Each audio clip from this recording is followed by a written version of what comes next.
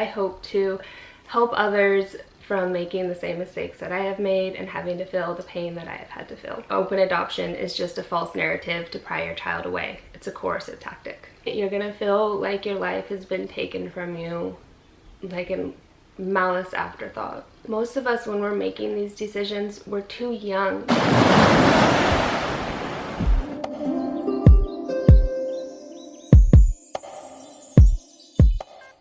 Aloha everyone, and welcome to today's video, 23 Things I Wish I Knew Before Adoption. My name is Iceland, and on this channel, Boylan's Happily Ever After, we share some of our family videos, some of my mommy videos like this one, and have product reviews from time to time. So if you're new and this interests you, please consider subscribing and becoming part of our YouTube family here.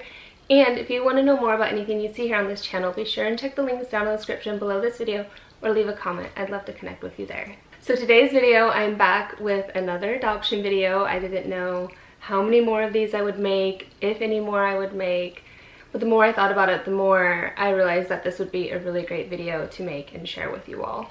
Really quick here, I was just thinking as I was getting ready to film this that it might get a little emotional. I hope it doesn't, so it just makes it easier for you guys and all around.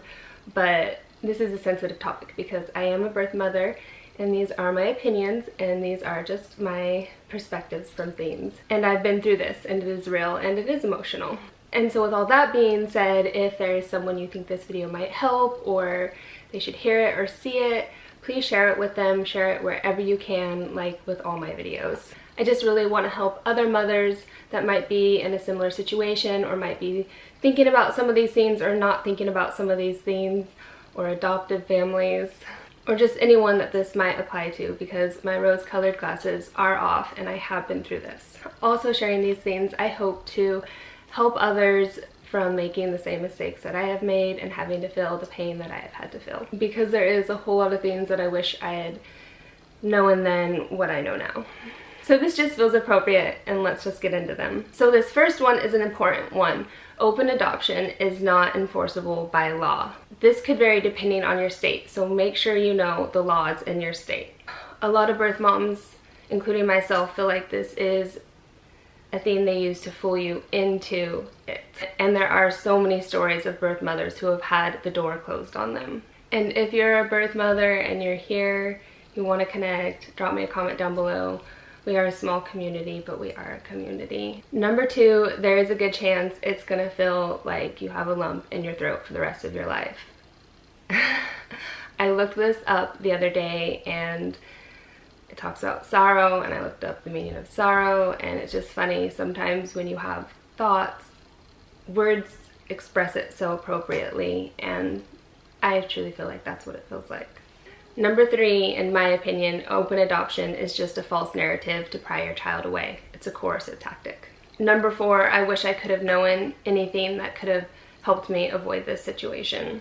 An example here is they can simply say, "You're not reachable," and use that against you.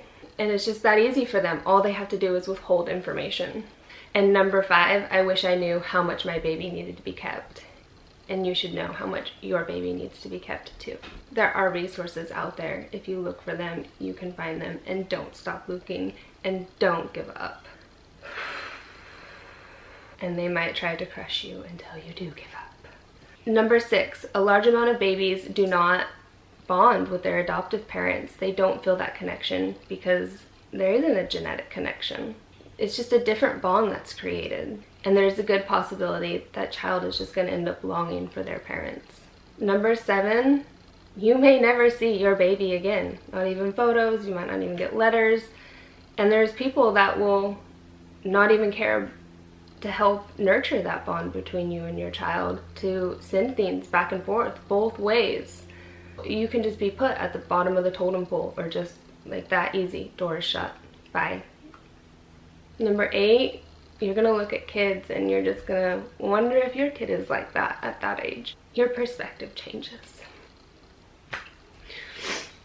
Number nine, you're gonna want to see your baby every day and hold them and hug them and tell them how much you love them and want to kiss them and snuggle them and smell them. And that can just be gone in a blink. Number 10, one wrong move, you do anything they don't like, just like that, they can terminate it. There's nothing upholding them to have a relationship with you and your child. So whatever dreams you may have or what you're thinking an open adoption might be, that's probably the best case scenario.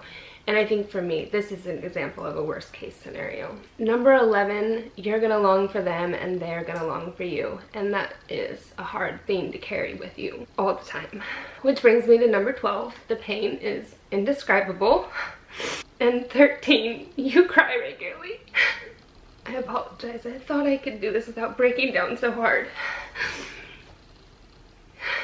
Number 14, when you watch the sunset, you're gonna scan the horizon and wonder about them, where they are, what they're doing. And you're just gonna know something out there is yours. Number 15, everything you might get told may not be the truth.